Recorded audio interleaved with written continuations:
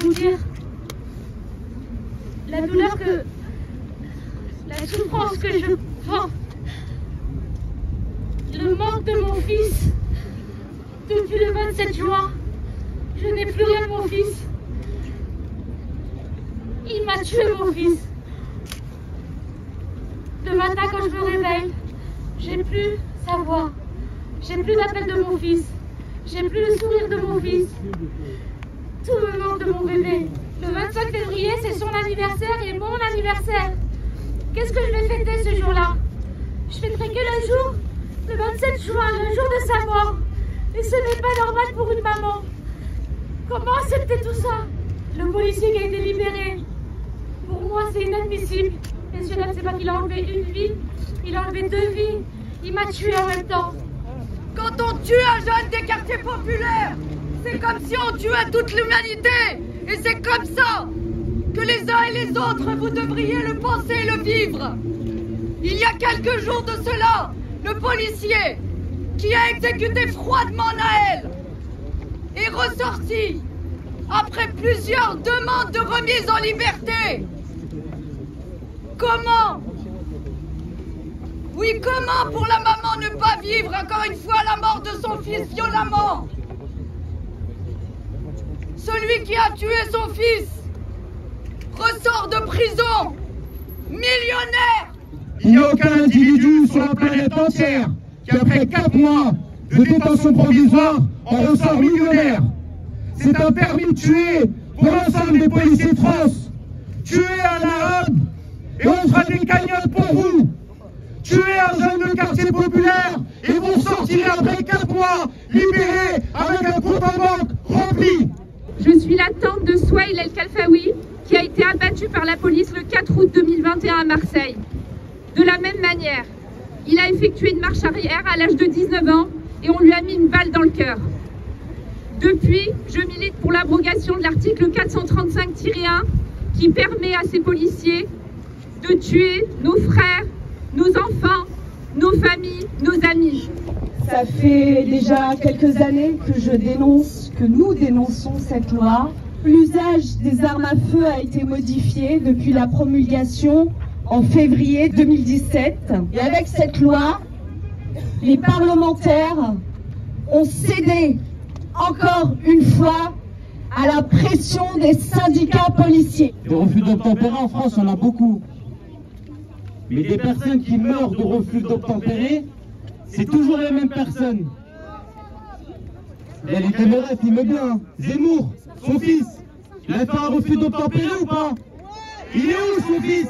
Est-ce qu'il est dans une tombe son fils là? Est-ce que Zemmour il pleure comme Monia pleure tous les soirs? Entre Naël et Éric Zemmour, qui a été condamné par la justice? Naël ou eux?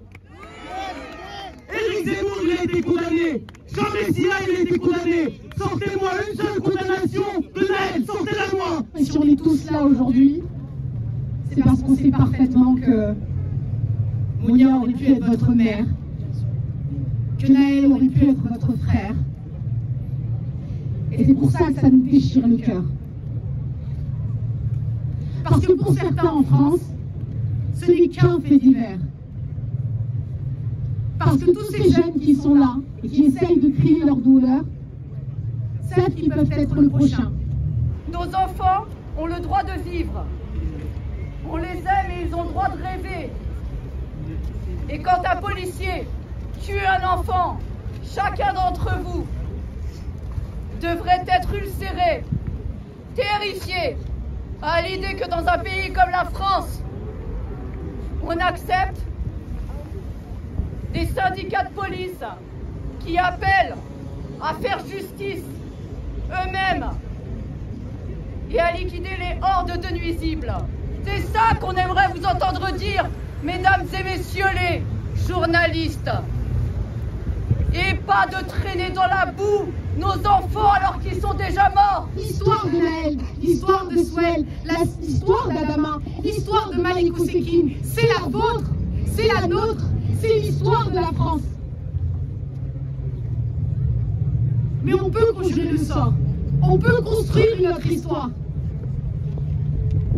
Le futur, il est aussi dans vos mains. Aujourd'hui, il faut être dans l'action.